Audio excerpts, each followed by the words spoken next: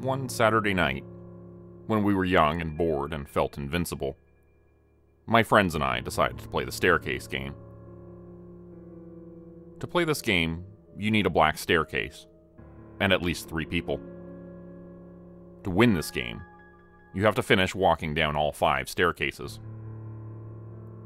There are only 4 rules. Number 1, once you start to play the game, you can't quit.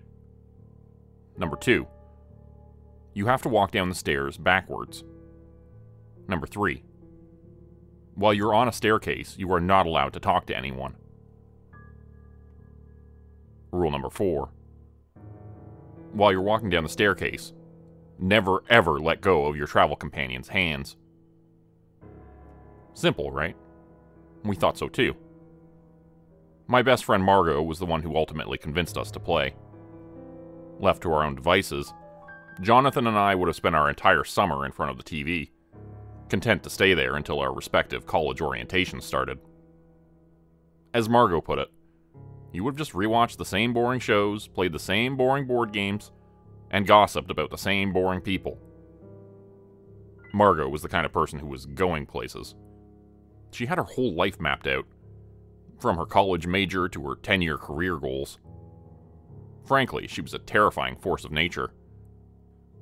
For example, when we were 12 years old and still naively believed in Santa Claus, the Easter Bunny, and the Tooth Fairy, our parents took us to see the mall Santa. Margot argued with Santa for 15 minutes straight about why the nice and naughty lists were unfair and didn't account for the nuance. Cowed and beaten, he finally told her that he would take her feedback into account and create the neutral list. Margot and I had been best friends for nearly all our lives. To anyone else looking in from the outside, our friendship was impossible. Margot was brilliant, passionate, and outspoken. She took so many AP classes she set a new record at our school. And she always knew exactly what she wanted to do and how to do it. In comparison to her, I meandered through life in a perpetual daze. Standing next to Margot, I was so quiet that people sometimes forgot I existed. My parents would gaze at us and shake their heads in puzzlement. "Well, they do say that opposites attract," my dad once said weakly. At the end of the day, it didn't matter what other people thought. Our friendship rested on the solid bedrock that was our mutual love for all things horror and paranormal. We exchanged online scary stories late at night instead of sleeping, watched new horror movies and TV shows together constantly, and frequented paranormal discussion forums in between our classes. Instead of clashing, we evened each other out. I'd never thought it would be possible for anyone to come between us. Which brings me to Jonathan. He transferred to our high school at the start of senior year, a time when most friendships had already weathered countless adolescent storms and were set in stone. Everyone noticed him because he was tall, dark, and handsome. But he seemed arrogant and aloof.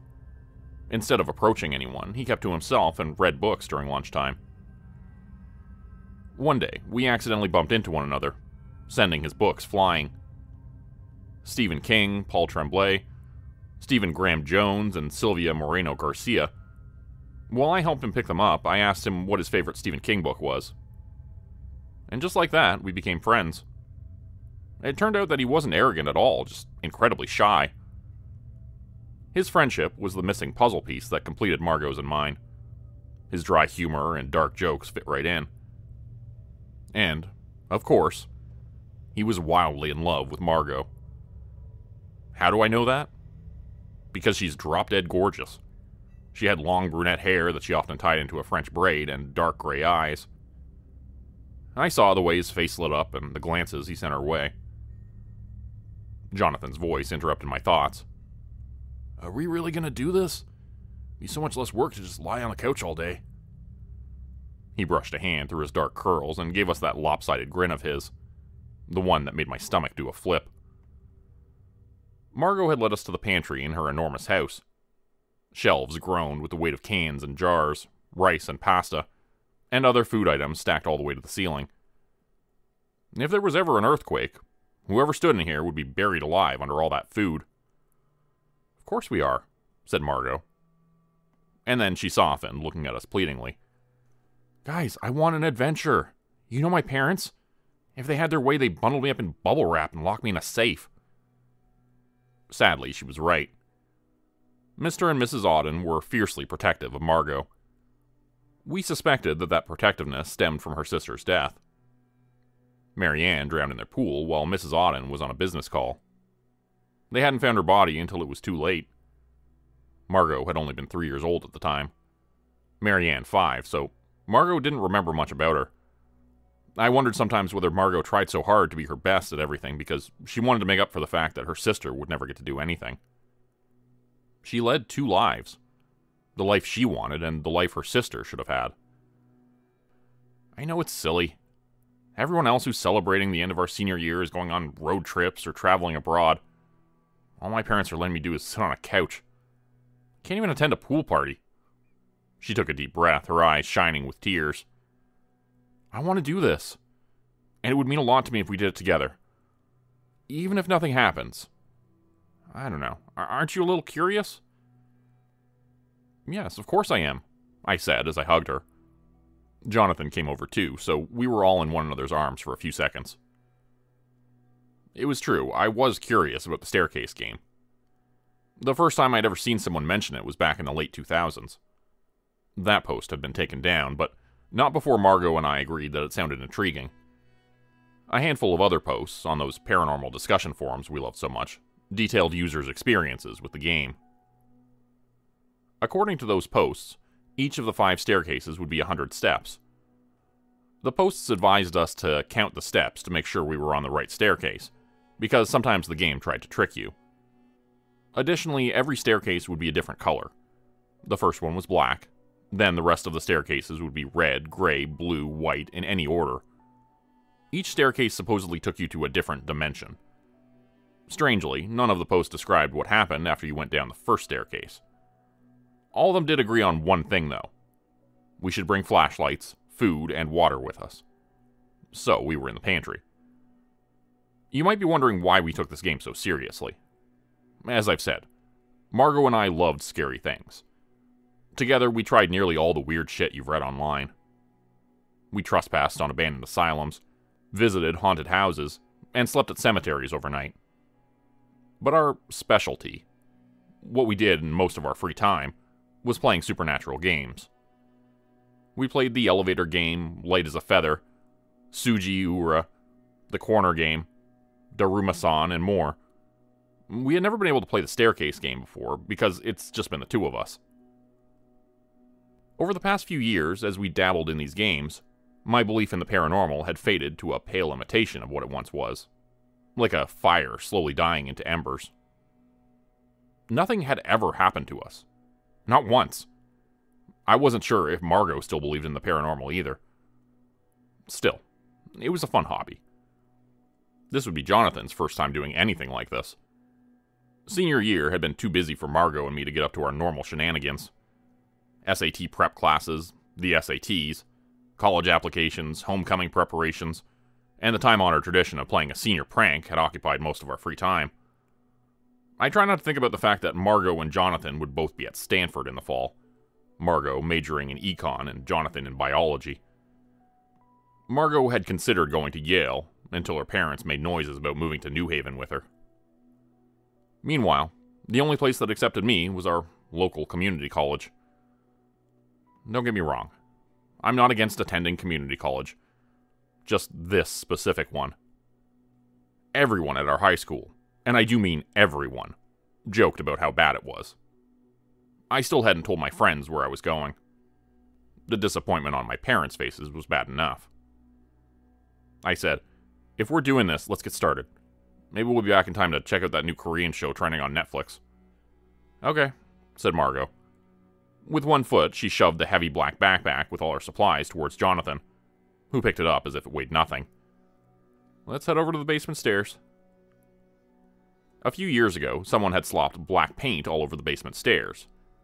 Okay, I admit it. That someone was Margot and I. Back when we first heard that you needed a black staircase to play the staircase game. Her parents had been furious.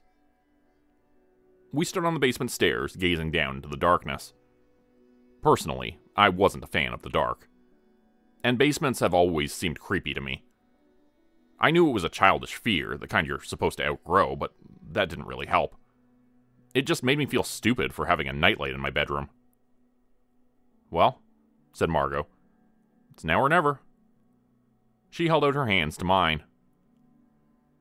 "Wait," said Jonathan, suddenly serious. "If this game is real, then I should walk down first.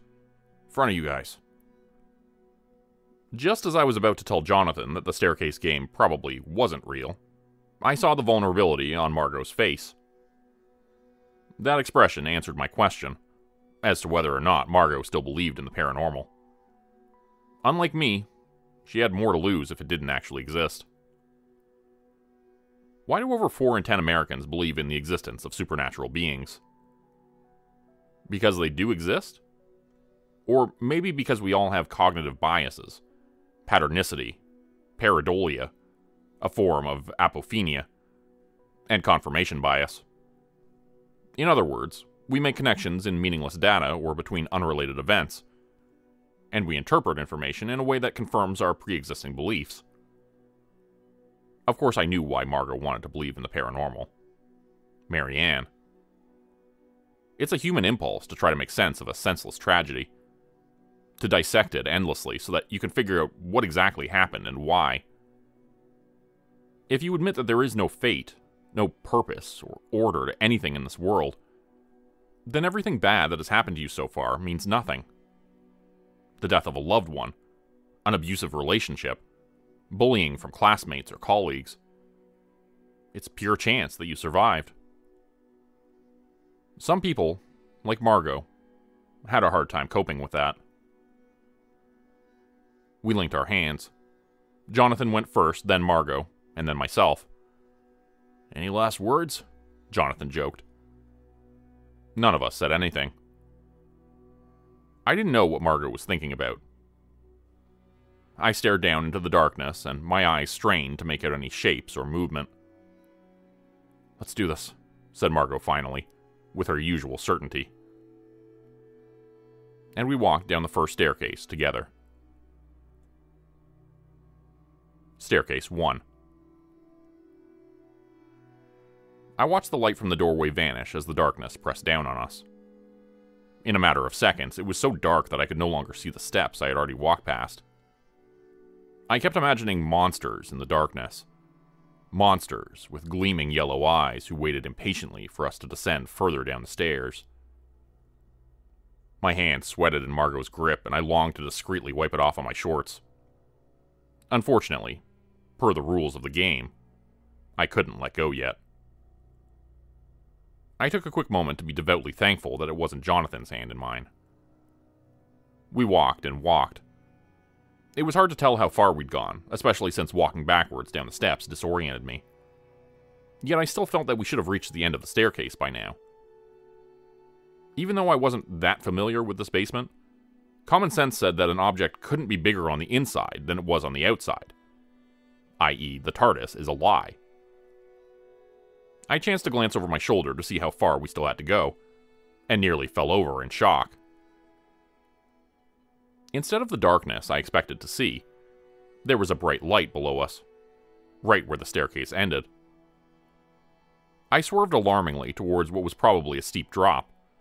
My fingers brushed the air, unable to find the railing that was supposed to be there. I caught my balance at the last second and heard Margot gasp behind me. I had almost brought her down with me. A perfect metaphor for our friendship. The words "I'm sorry" were actually on the tip of my tongue just as the stupid rules came back to me at that last second. Ugh. Instead of saying anything in the darkness, I simply squeezed Margot's hand in apology. She squeezed mine back. I began counting the steps as we went down.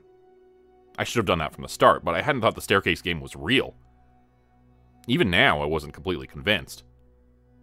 I don't think anyone would have been aside from Margot, but maybe I'm wrong about that. Is a longer than normal staircase and a bright light at the end of it enough to shatter years of conviction about the way the world works?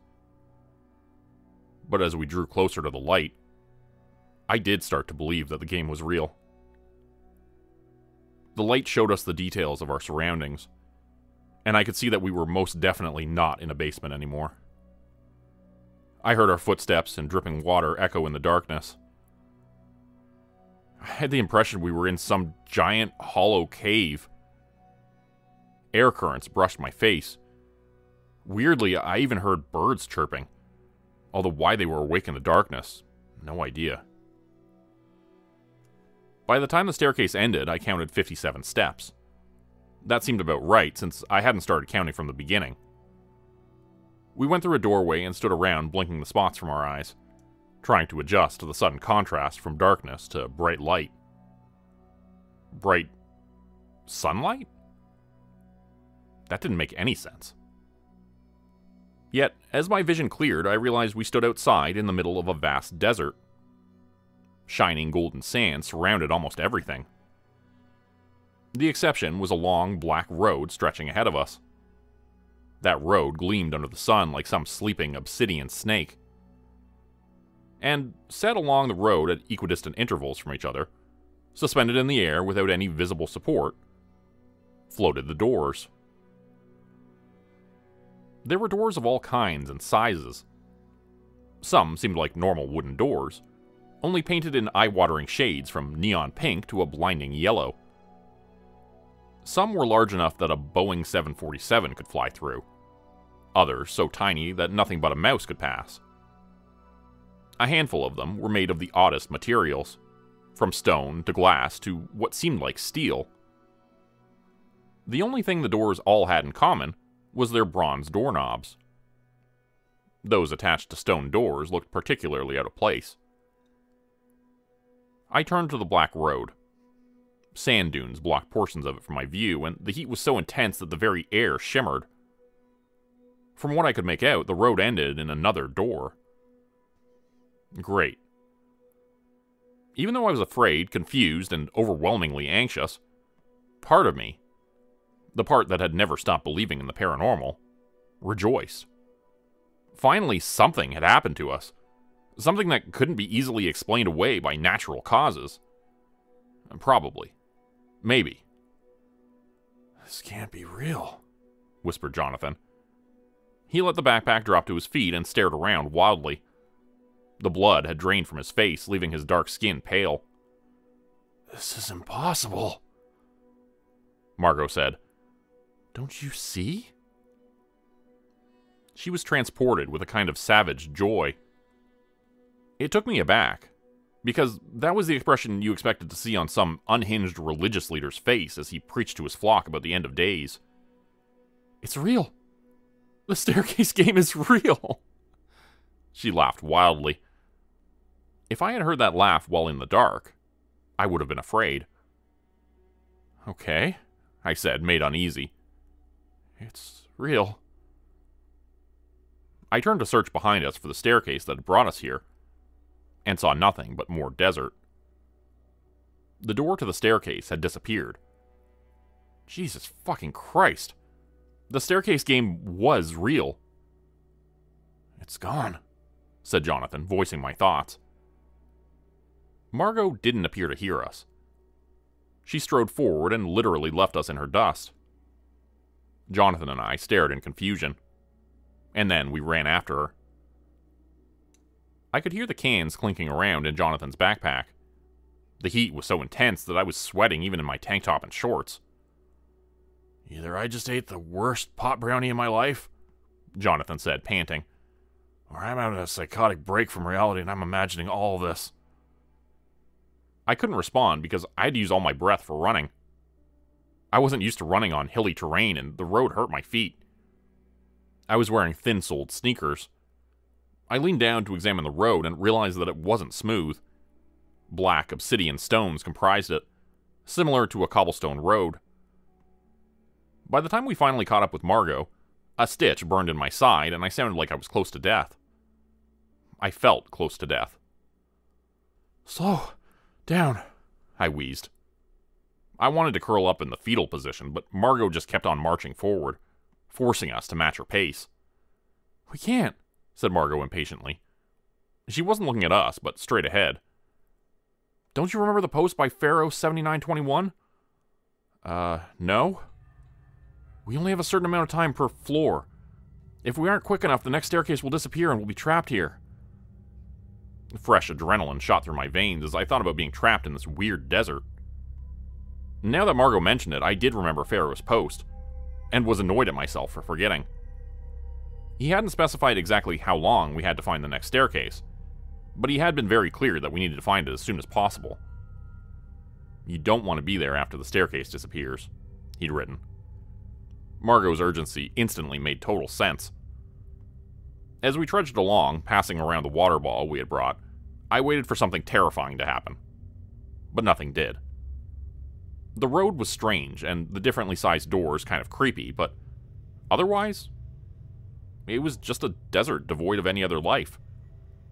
Eventually, as incredible as it may sound to you, I became bored. I guess it's true that humans can get used to anything. The heat remained relentless, and I began to daydream about going to a nice, cool, air-conditioned mall. I imagined sitting at the food court directly under a vent with a giant smoothie in my hands. I was so lost in this daydream that when Jonathan tapped my shoulder, I flinched back as if he'd hit me. "Sorry," he said. "But do you hear that?" Actually, yes. Now that I was paying attention, I heard the strangest noise. We glanced back and saw that all the doors behind us rattled and vibrated, as if something was trying to get through them. By then, we were nearly at the road's end. We could see that the road led to a red wooden door. "Run," said Margot, her calm tone at odds with the fear in her eyes. We took off in a sprint. I hardly felt the heat anymore or the stones on the road that jabbed my feet. What stitch in my side? I was suddenly sure that I could run for hours. It's amazing what fear does. Along the stretch of road we hadn't crossed yet, the doors there began to rattle as well. The sound of knocking and meaty thuds filled the air. The doors trembled and shivered as if things on the other side were ramming their way through. The second-to-last door, right next to the red one that was our destination, began to buckle under the weight of whatever was pushing it. As I watched, it splintered in half. "Go!" I screamed. Margot reached the door first. She slapped at the doorknob, trying to open it, and then rammed the door with her shoulder. Jonathan pushed his way forward and simply turned the doorknob counterclockwise. We all piled through the door as it opened, our hands clutching at each other. As before, Jonathan was first, and I was last. Because I was last, and facing the still open door, I saw what broke through the door closest to us. Splinters flew through the air, as the door finally gave way under the tremendous force battering it down. I saw them walk towards us, as we backed down the staircase. They were beautiful, with shining white skin and hair. No, they were horrifying. Their faces were the faces of praying mantises. They opened their mouths to scream at us, and I saw 2 sets of jaws, both filled with sharp teeth made for rending and tearing flesh, and too big for their triangular faces. And then they were heart-stoppingly lovely again, with liquid, dough-like eyes. I blinked, reeling from all the different images. I looked yet again, and saw that their corpse-pale bodies had been starved to thinness. I could count every single rib. They staggered towards us and held out their hands, beseeching. My mind began to buckle under the strain of trying to make sense of them. Their appearances flickered back and forth, lovely to ugly, monstrous to beautiful, over and over again. I somehow knew that if I didn't stop looking at them, I would go insane. But even with that knowledge, I couldn't tear my gaze away. My eyes burned as if the very sight of them was cooking my eyeballs in their sockets. The last thing I saw before the red door slammed shut on us, leaving us in the blessed darkness, was that they had the arms and legs of giant spiders. They lunged at us, and the hooks on those limbs scratched frantically at the closed door. The sound of the angry buzzing faded, the further down we walked. All 3 of us panted raggedly from our flight, and from residual terror. We couldn't speak to one another, though. Not on these steps. I wanted to tell Margot and Jonathan that we made a terrible mistake in starting a game we couldn't quit. I wanted to say that I worried we wouldn't all make it out alive. 4 more staircases to go, I thought. and I was afraid. Staircase 2. As we walked down the second staircase, that same darkness full of lively birdsong surrounded us again. The birdsong sounded even more wildly out of place than before. I wanted badly to talk about what I had just seen.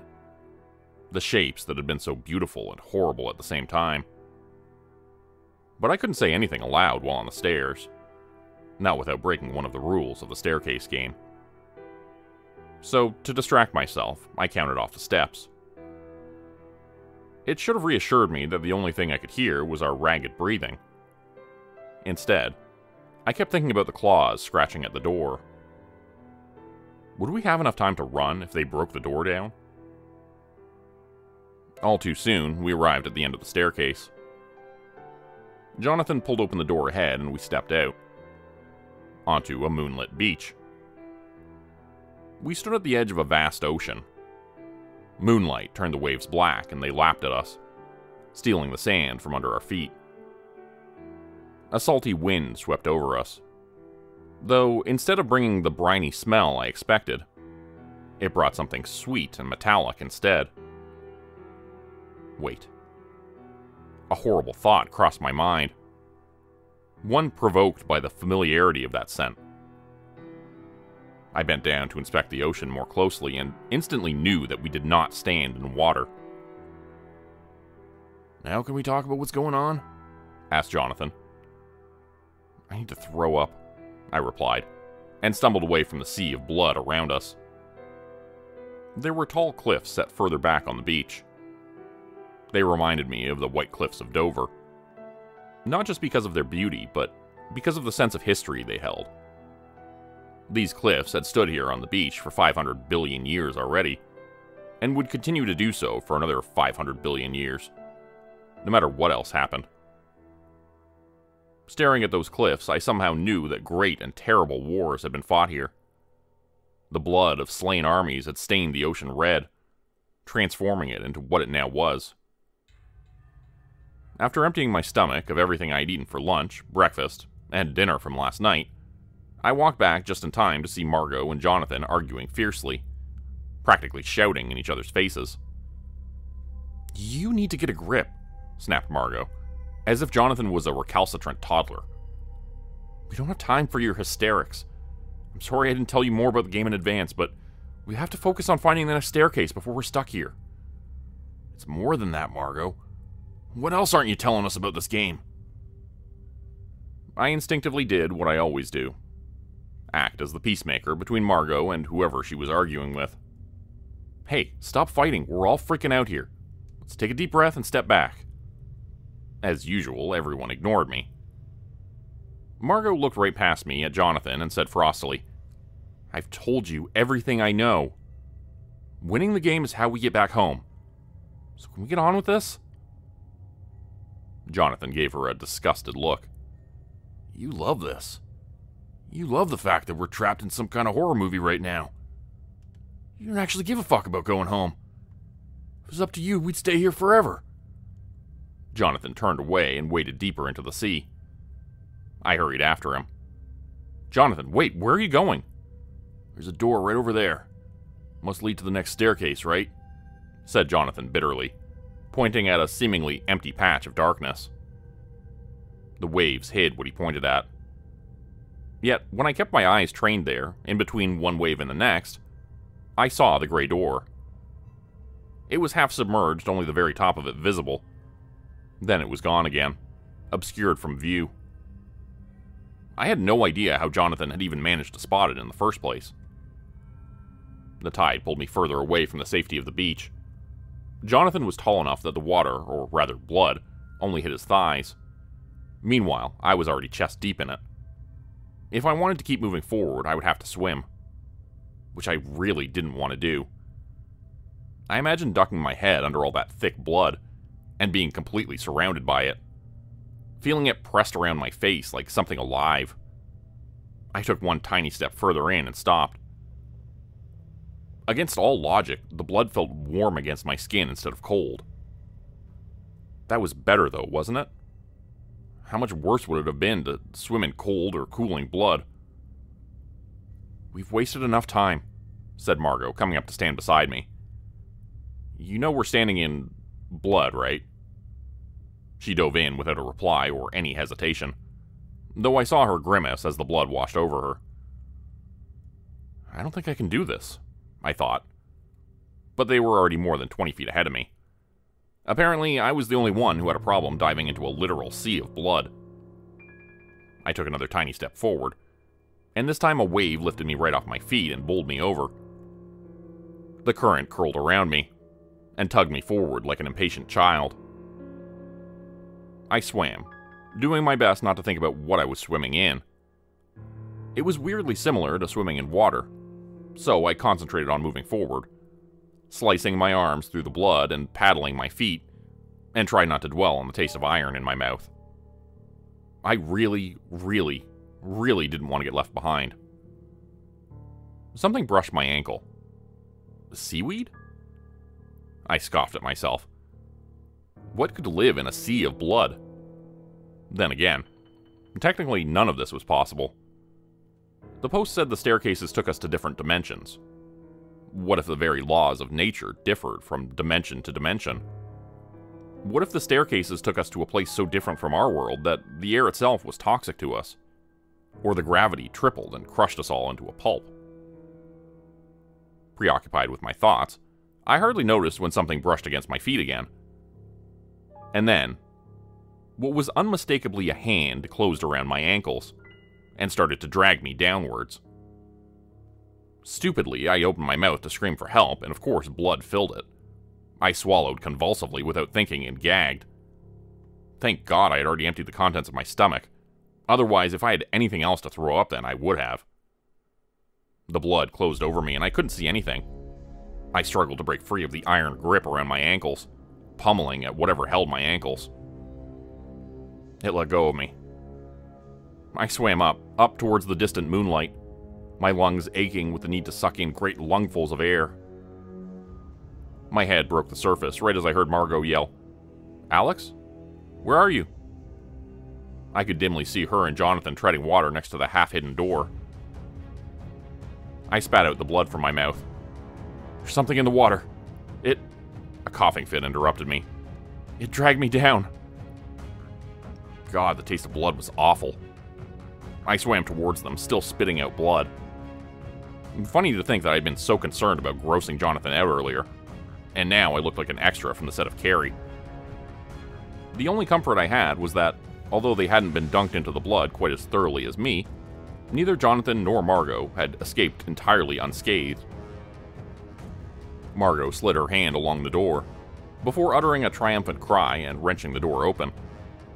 I expected the sea of blood to flow down the stairs, but some invisible barrier stopped it. The sea simply split around the open doorway. Only a few droplets of blood spattered down onto the steps leading into the darkness. I peered down. "What color is that?" "Gray," said Margot decisively. "And the staircase before that was red."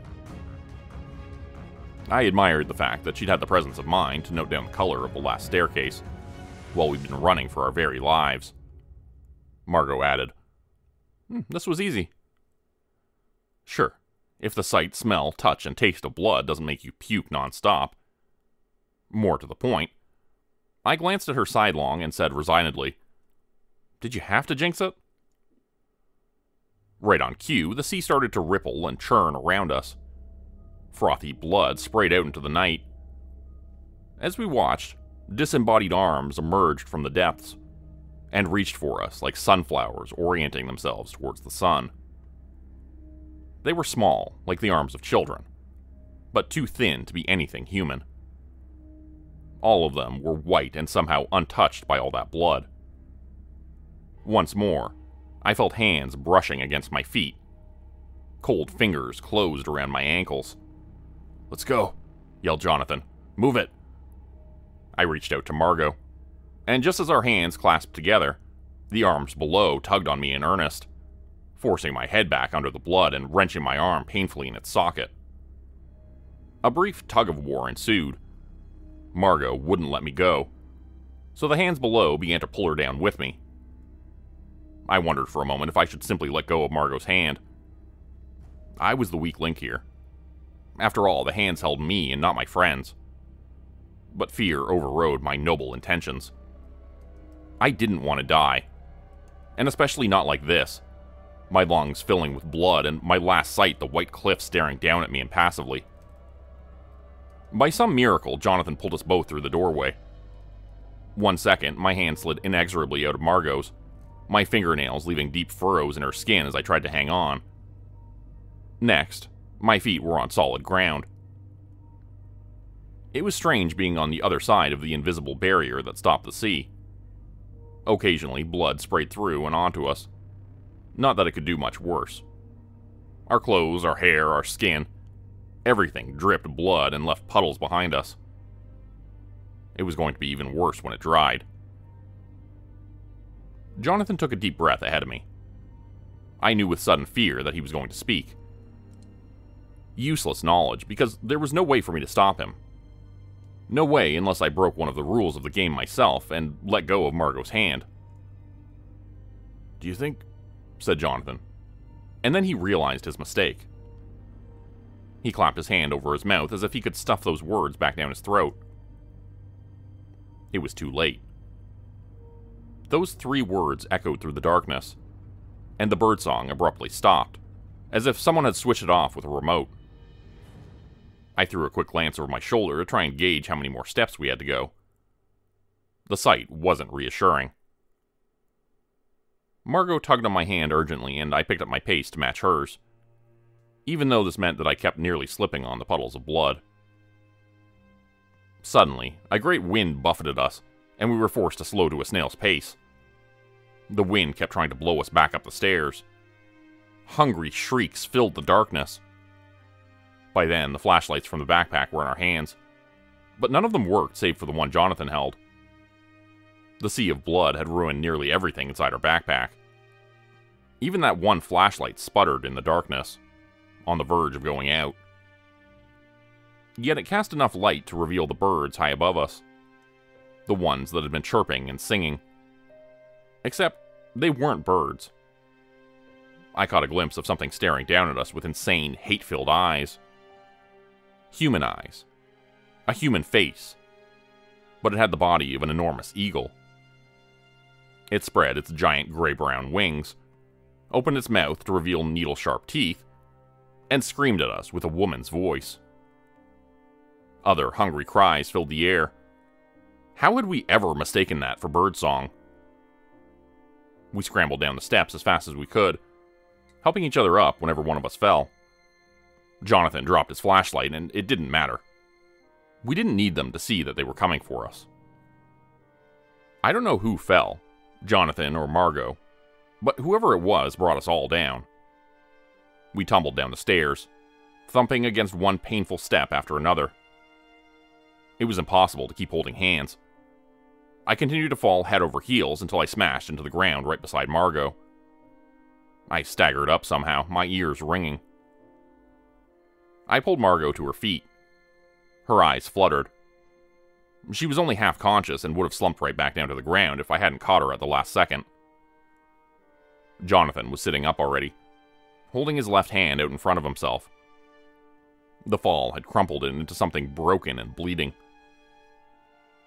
Between the two of us, we managed to drag Margot with us as we limped to the door. I tugged on the handle, hearing the shrieks growing louder behind us. By now, the ringing in my ears had fully stopped, and I could hear what sounded like words in the screams behind us. I pulled on the door handle with all my strength, praying that we weren't too late, praying that we wouldn't feel sharp talons digging into our unprotected backs. And then the door finally opened, and we stumbled through it from one horror to another. Staircase 3.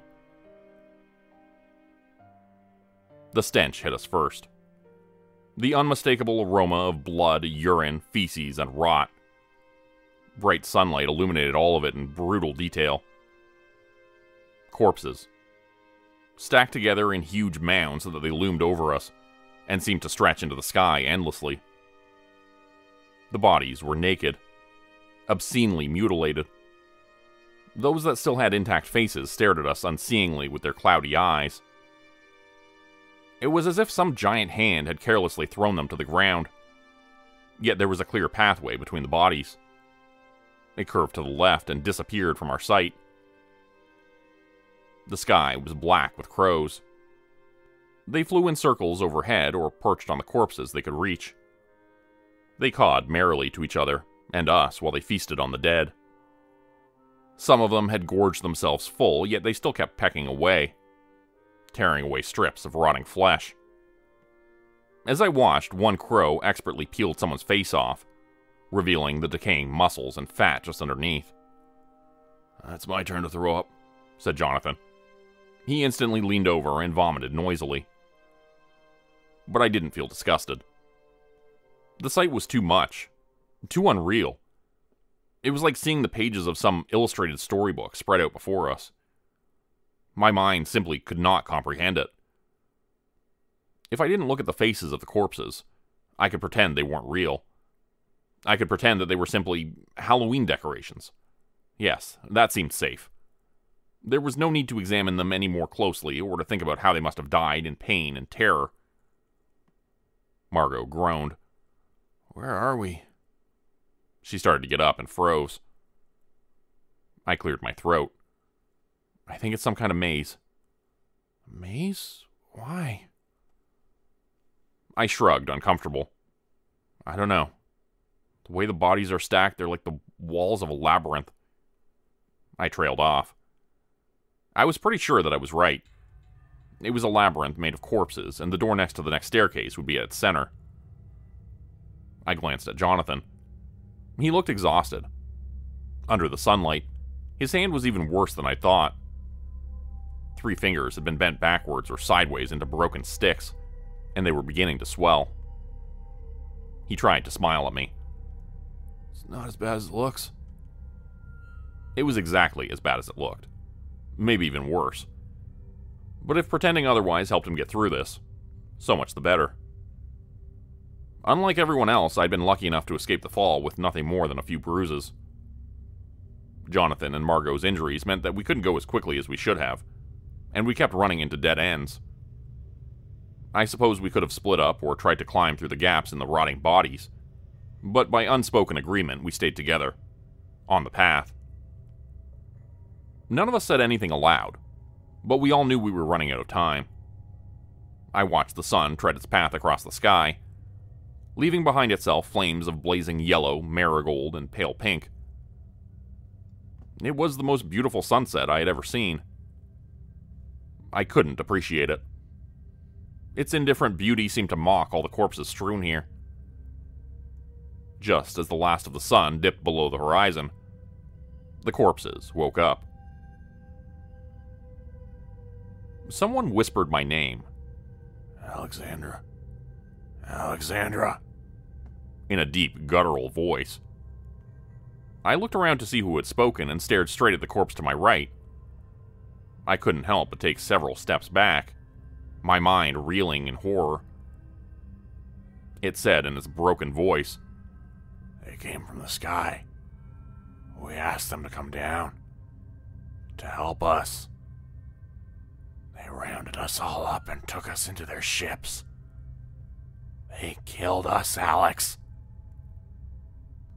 Another corpse turned its head toward me. The crows had eaten away its nose and lips, but it still had eyes. They danced with silver fire as it said, "Alex, I watched my son die. They made me watch. They took my son apart until he was nothing but lumps of flesh. And then they laughed." All around us, the corpses stirred, opened their mouths, and spoke. Most talked about the way they had died. Others talked about their regrets, their mistakes, their loved ones. They all spoke at once so that it was nearly impossible to distinguish one voice from another. I could only catch disjointed words and phrases. Margot stood by the small, mutilated body of a child, whereas Jonathan stared at a corpse that only had a head and torso left. I couldn't hear what the dead whispered to them. and I couldn't pretend that these bodies were just Halloween decorations anymore.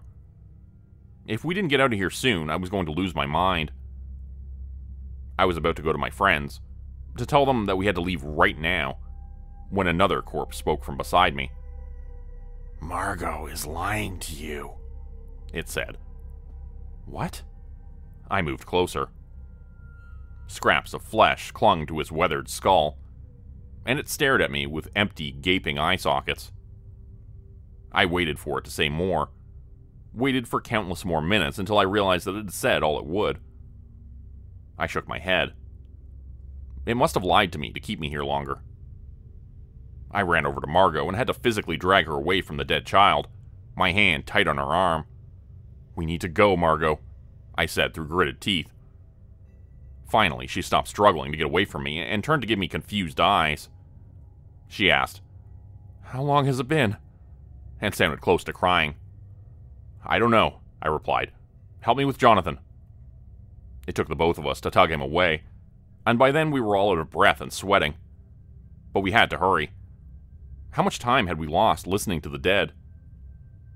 We scurried through the labyrinth frantically, trying to keep track of all its twists and turns, keenly aware that our time was running out.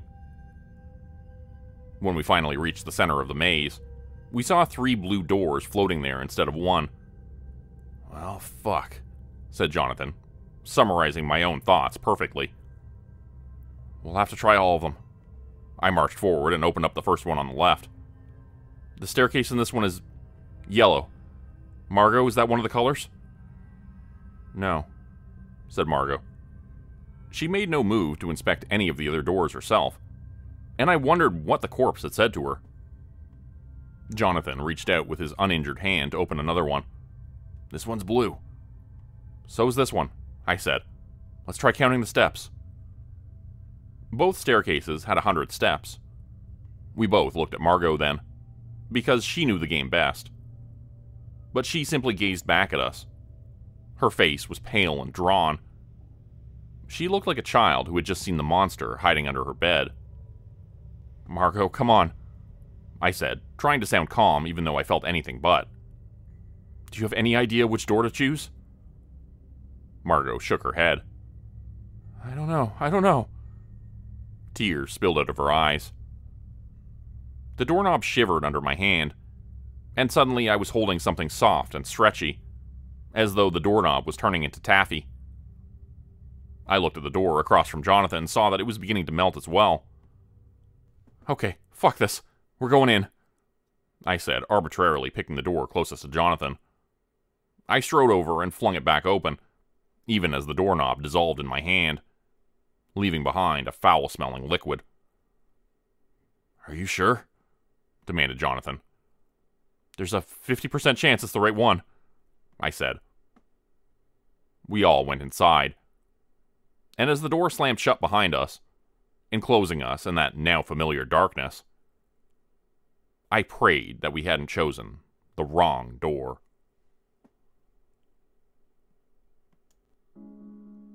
Staircase 4. We braced ourselves to be attacked again. Instead, the same lovely birdsong as before greeted us. We all relaxed an increment, our hands no longer clutching at each other quite so tightly. I couldn't relax all the way, though, because now I knew that those things above us weren't really birds, no matter how much they pretended to be. As we neared what seemed to be the end of the stairs, my heart began pounding an impromptu drum solo. If this staircase had less than 100 steps, or more, that meant we, or rather I, had chosen the wrong door. We could try to run back up the stairs if that was the case, though I didn't hold out much hope that we'd make it. Going back upstairs meant breaking yet another rule of the staircase game, which in turn meant something else nasty trying to kill us.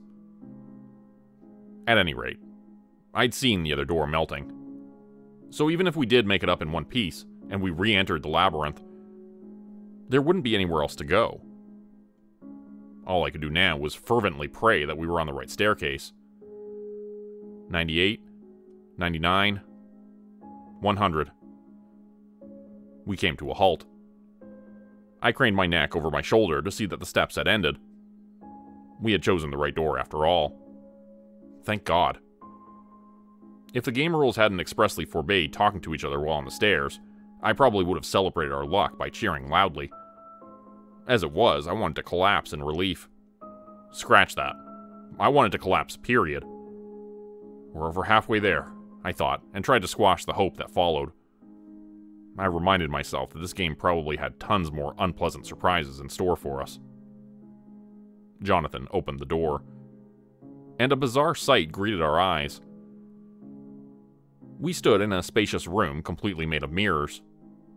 The ceiling, the floor, the walls, every inch of it was covered with mirrors. A soft glow illuminated the room, though we couldn't see where it came from. We could, however, see the white wooden door set at the other end of the room. Like us, it produced infinite reflections. The entire room reminded me of the Infinity Mirror Rooms installation series by Kusama Yayoi. It had that same sense of space and time warping out of joint. Granted, compared to everything else we'd been through so far, walking across a room, albeit a large one covered in mirrors, was nothing. This is too easy, I muttered. I kept staring at the door, expecting it to vanish before my eyes.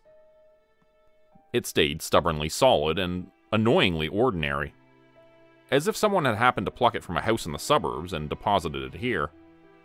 Jonathan said, "Agreed." There was a moment where we simply stood around waiting for something terrifying to appear. But the only things that moved in the room were our own reflections. It was the first time I'd seen myself since we started the game, and I finally realized that we all looked, well, horrible. Itchy, flaking, dried blood covered us. Our hair and eyelashes were stiff with it. Our eyes and teeth showed very white against all that reddish-brown blood. If another human being happened to meet us right now, they'd probably run screaming in the other direction. I don't know why the thought struck me as so funny. Probably because one thing after another had been chasing us, nearly non-stop for the past few hours, and I was near delirious with exhaustion. Once I started laughing, I couldn't stop. Jonathan got it. "Good thing no one else we know is here right now," he said, grinning back at me. Even covered in blood, that lopsided smile of his was lovely. "My dad would probably have a heart attack." At long last, we were able to sit down and rest for a few minutes. Thanks to the sea of blood, our flashlights, phones, and portable phone chargers were completely ruined. The water bottles and canned food were alright, though the backpack they'd been carried in would never be the same again.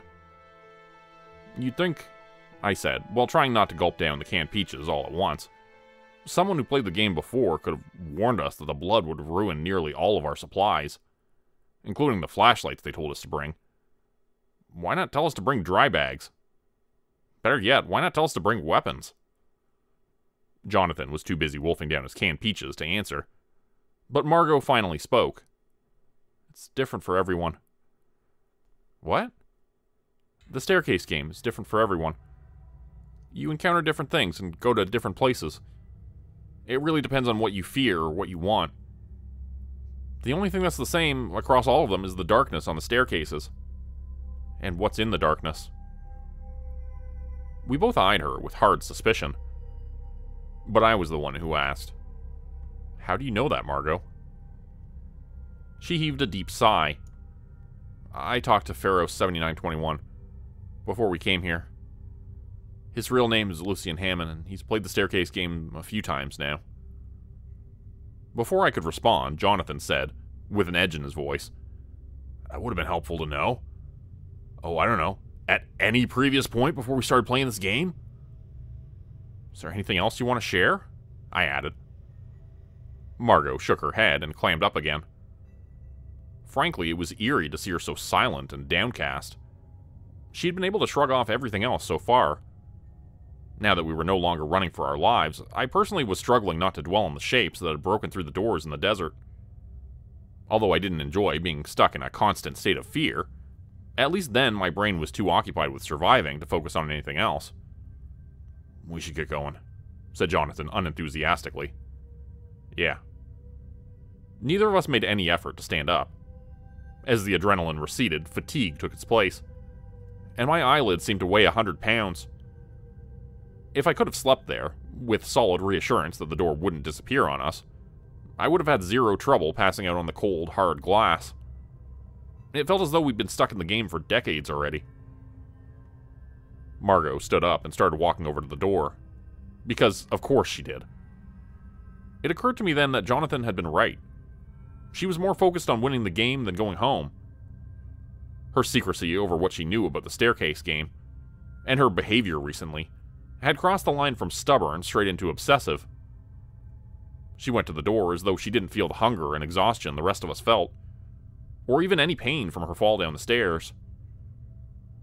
Worried, I got up to follow her, only to see that all of her reflections stood still, out of sync with her. One of them waved at me sardonically. I heard the sound of breaking glass, as if someone had accidentally dropped a stack of dishes on the floor, or shattered a mirror. Jonathan said from behind me, "Alex?" I turned around. For a full minute, I couldn't comprehend what had just happened. I looked up to Jonathan's smiling face, and down to where his hand rested on my shoulder. It was the injured hand, the one he'd been cradling close to his chest while we ate our food, except it was whole and perfect again. And then I looked at the shard of glass held in that hand, roughly 6 inches long and 2 across. The shard he'd shoved all the way through my left shoulder. There was no pain. Not yet. I whispered, "Jonathan?" Some instinct made me look down at where his reflection should have been, and I saw another Jonathan staring up at us, trapped behind the glass. My Jonathan. He screamed something at me, but I couldn't hear what he said because the thick glass muffled his words. He started slamming his hands against the glass, leaving bloody smears on it as he tried to punch his way through. And then the other Jonathan pulled the shard back out of my shoulder, and that did hurt. It burned, and the pain cleared my head enough that I could think again. Blood spurted out of my wound as I pushed him away, or tried to. I couldn't move my left arm at all. It hung from my punctured shoulder, dead and useless. The other Jonathan evaded me easily and wrapped one hand into my hair so he could pull my neck back and dig the tip of the bloody shard into my throat. "Any last words?" he said mockingly. I was hoping for a snappy comeback to come to mind. The best I could do was refuse to give him the satisfaction of begging for my life. I slammed my elbow into his stomach and heard him give a small oof sound. Then I twisted around and grabbed the shard from his slackening hand. I nearly succeeded in shoving it into his throat. Except by then, one of my own reflections had risen out of the mirror behind me like an evil ghost. She forced my arm up and away from the other Jonathan, and then used her hold on me to throw me across the room. On one hand, she'd thrown me towards the door instead of away from it. On the other hand, I couldn't leave Jonathan behind. I scrambled to my feet, shaking my head to try to clear it of the gray spots dancing across my vision. I managed to take 2 steps towards where I could see him still trapped in the mirror, and then Margot yanked me backwards by my injured arm. Pain exploded through it, and I could barely hear her say, "Alex, we have to go." "Jonathan's still here," I snarled at her. "We can still save him. Get him out." Even as I said it, though, I knew it wasn't true. More of our reflections had stepped out of the other reflections of the white doors and the mirrors. 10 other Jonathans, 10 other Margos, and 10 other Alexandras stood between us and Jonathan. And more were coming. An infinite number of them pushing their way out of the mirrors as if the mirrors were made of water and not glass. Those reflections already in the room started running towards us, their eyes burning bright with bloodlust. Margot dragged me backwards. "It's too late. We can't help Jonathan. We don't have a choice." "Yes, we do." I screamed the words so loudly that my throat ached. "Let go of me." She didn't. She dragged me away from the room and through the doorway, towards the final white staircase waiting for us. I watched our reflections stop chasing us. I watched them turn towards where Jonathan was still trapped. They converged on him, dropping down to put their faces right by the glass above him. And the very last thing I saw, before they completely surrounded him and the door slammed shut, was Jonathan, staring at us with agonized, despairing eyes, still beating on the glass. Staircase 5. I immediately tore myself free from Margot and ran towards the door. Only rough wood met my fingertips, no doorknob. I tried to wrench it back open anyways, wrapping my fingers around the edges of the door and ignoring the sharp splinters. Right then, I didn't care about the staircase game or its dumb rules. I didn't even care about going home. What I cared about was Jonathan, and the way he'd looked at us when we left him behind. And then the door began melting under my hands. No, I thought. I tried to hold it in place, like I thought the door would turn solid again if I could just make it stay still.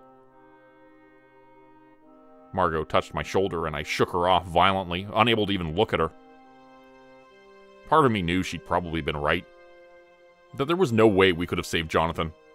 At least not without getting ourselves trapped behind the mirrors too. Yet, a larger part of me seethed in rage. We could have at least tried. How could she have abandoned him like that?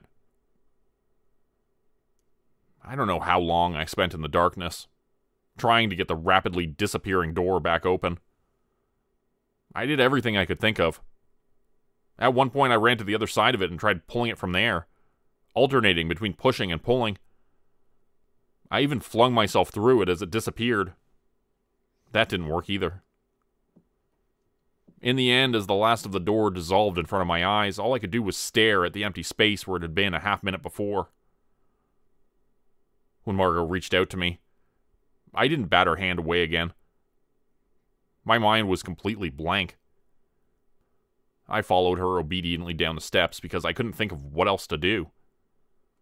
Had I missed some obvious way to open the door? Was it completely impossible to reopen it after it closed, or had I simply not tried hard enough? Halfway down the stairs, I contemplated simply sitting down and refusing to move. Yet, that wouldn't bring me any closer to saving Jonathan either. Eventually, I realized that my best bet was to make it through the next door. Maybe there would be more doors on the other side of it. Doors that connected back to the mirror room. So, when Margot pulled open the door at the end of the staircase, I didn't try to dash back up the stairs again. I stepped through it without hesitation, and I had to shield my eyes from the warm sunlight that shone down on us. So bright it didn't seem real. As my vision adjusted, I saw that we were in the center of a beautiful meadow, roughly the size of 2 football fields. Daffodils grew everywhere, nodding cheerfully at us, and the air smelled like spring, green and new, the scent of wet earth and growing things. It was spring here, and it would always be spring. I looked across the meadow and saw a black door.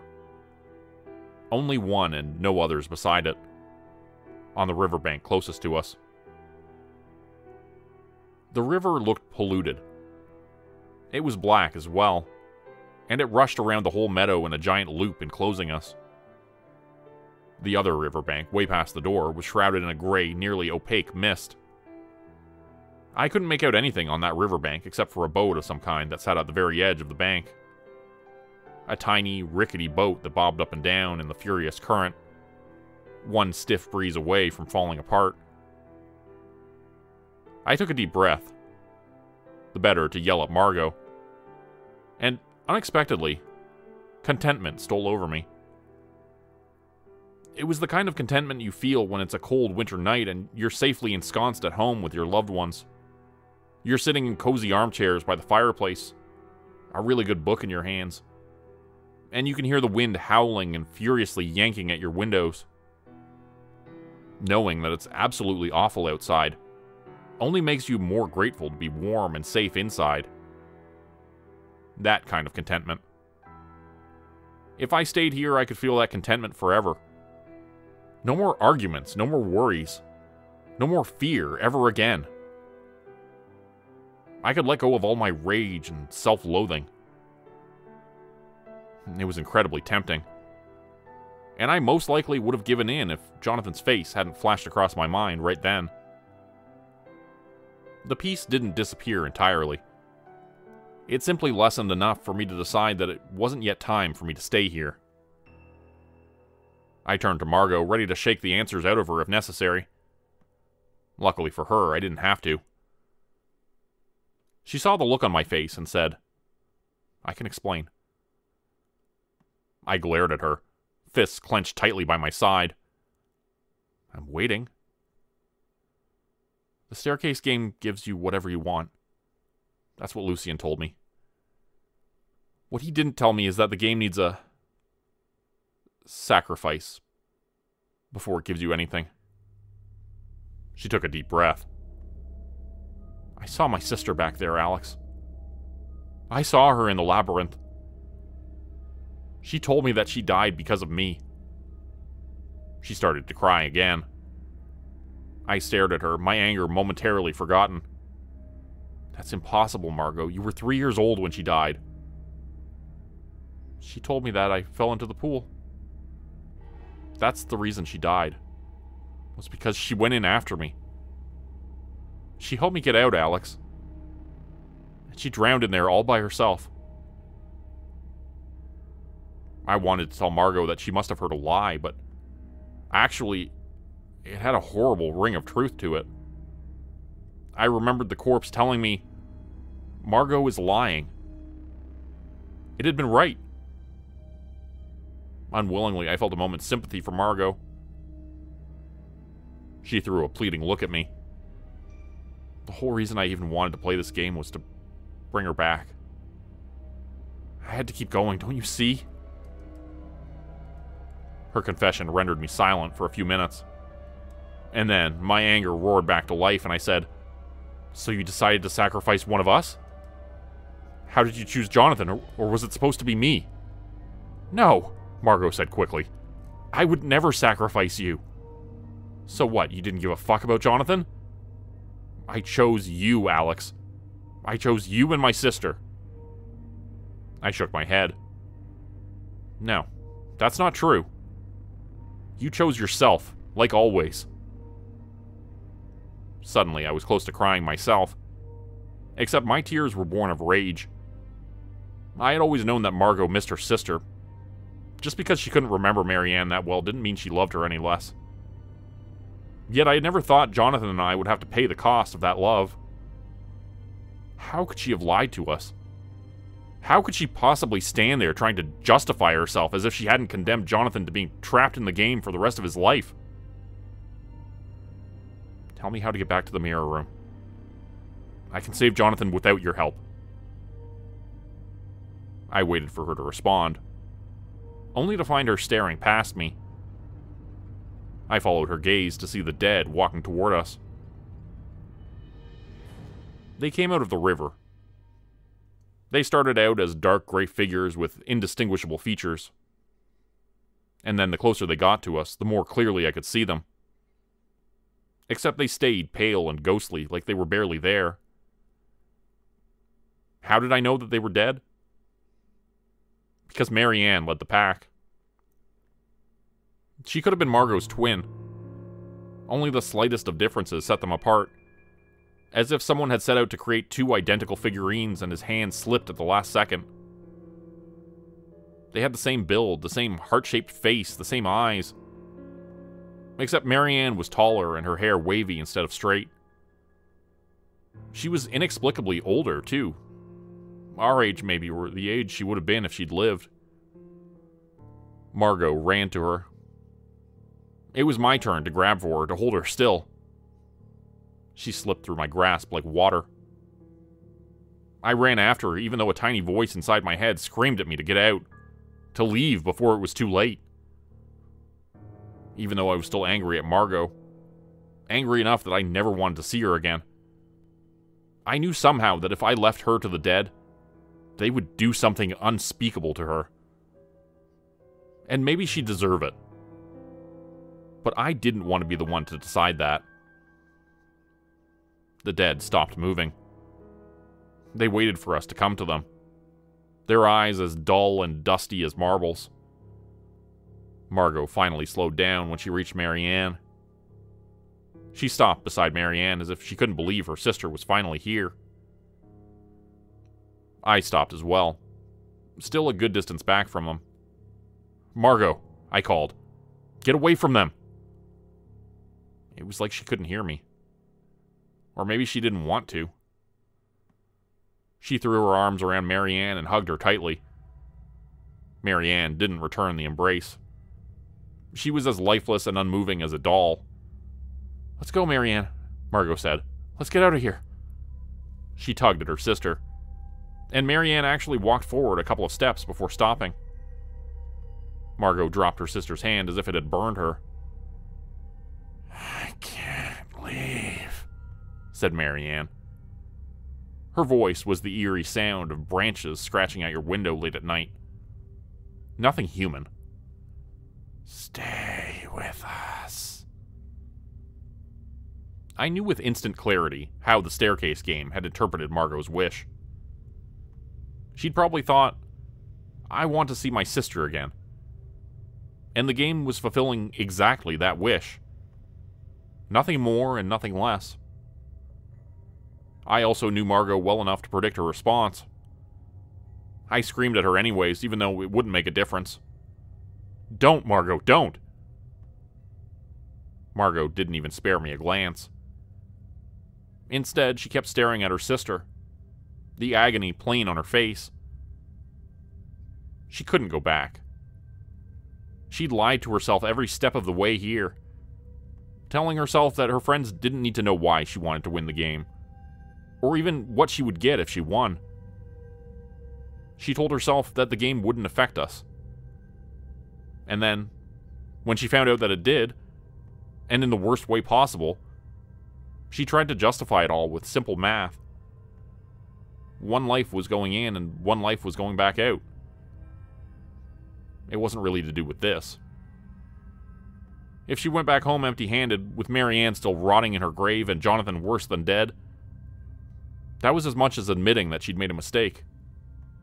That she'd majorly fucked up. And Margot never, ever made mistakes. Margot licked her lips nervously and gave a single nod. And the dead tore her apart. They reached out with terribly strong hands and they tore off her limbs, her head, and they dug her hands into all that meat. They ripped her open the way you tear apart the wrapping paper of your Christmas present. She didn't even have time to scream. They sprayed her blood and stray teeth into the air. And then they scooped up handfuls of viscera and stuffed it into their mouths, smacking their lips in enjoyment. It was like watching a swarm of beetles and maggots and rats devouring a dead deer. They ate like they'd been starving for 100 years. 1,000. As they ate her, the color returned to their faces and bodies. They looked alive again. And then, one of them looked up to see me still standing there, frozen by sheer horror. They all turned as one to stare at me, like the many heads of one creature with drooling jaws and vacant eyes. I took that as a sign to start running. I sprinted past them towards the door on the riverbank. To keep the exhaustion at bay, I made myself think about what I'd just seen. The red ruin that Margot had become in a matter of seconds. And told myself that I couldn't die like that. I ran without having any idea if they were still eating her or if they'd started running after me. I couldn't hear anything over the sound of my own breathing. The black wooden door grew closer and closer, until it loomed over me, impossibly tall. I could hear them now, their feet slapping down on the ground as they tried to reach me before I escaped. I imagined their hands grasping for any part of me, my hair or my clothes or my useless left arm. I opened the door and tumbled through without really seeing what was on the other side.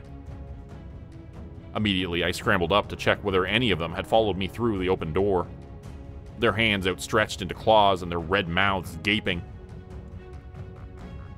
There was nothing there. No door, just an ordinary street.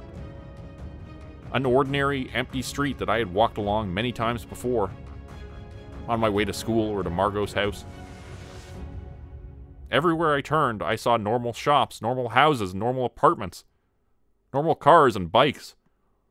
Normal people going about their everyday lives, laughing or talking loudly. There wasn't a single staircase in sight. I survived the staircase game. Any sane person would be grateful to simply still be alive. And I am grateful, I am. When we first started the game, we'd been so sure of ourselves. So certain that the game would turn out to be either a hoax or something completely harmless. We thought we were invincible. We were wrong. No time had passed at all since we'd first entered the game, and I came back out the only survivor. I didn't bother attending my college orientation or any of the classes I'd signed up for a month ago. Instead, I focused on trying to learn more about the staircase game. Yet, no matter how hard or how often I scoured the internet and various paranormal discussion forums, I only ever got the same posts I'd already reread 100 times.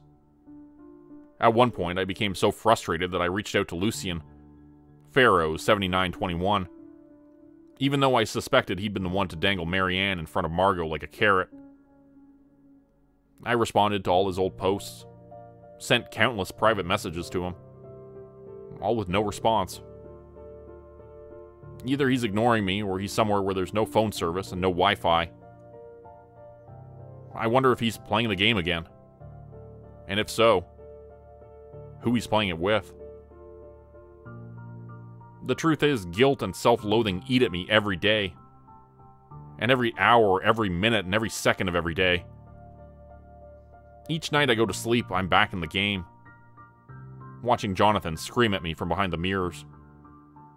Or watching Margot get torn apart. I kept wondering why I was the one who survived. I replay everything that happened during the game over and over again, analyzing each moment to see if I could have done something, anything differently. If there was really any logic to the way the world worked, then I should have been the one who lost the game, not Jonathan and Margot. Was it really through pure chance, pure luck that I survived? Which brings me to today. I woke up this morning realizing that there's only one thing left to do. I have to play the staircase game again. You probably think I'm crazy, but I want to... No. Need to rescue Jonathan. In my dreams, his reflections are hunting him down as he wanders the cold and colorless world behind the mirrors. I need him to know that, despite what it looked like, I didn't give up on him. I haven't given up on him. Don't get me wrong.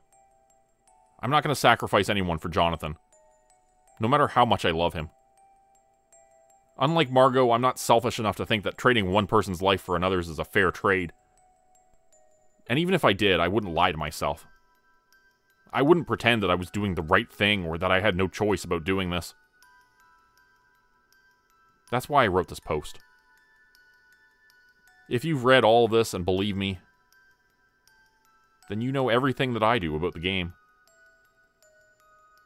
I'm searching for someone who understands the risks.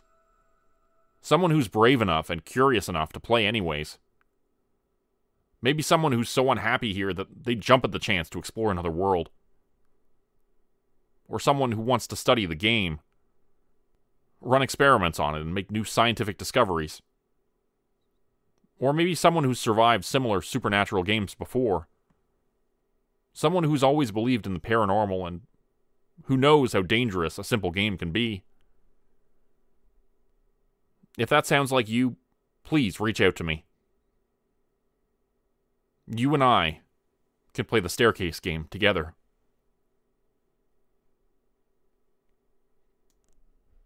Become a channel member today for early access, bonus videos, and special emojis only available to members. Check out the description below or click the join button for more info. If you'd like another way to help support the channel, please consider joining my Patreon page at patreon.com/JordanGroupeHorror. As a patron, you'll get access to bonus videos and content. You'll be credited at the end of every video going forward, and if you decide to stay for 3 months, I'll name a character after you, which will be featured in a Hollow's End story. Links to join the Patreon are in the description. Thanks everyone for listening. Please like, subscribe, and comment to help the channel continue to grow. and see you again next time at 4 p.m. Eastern Standard Time. Hope you have a great night.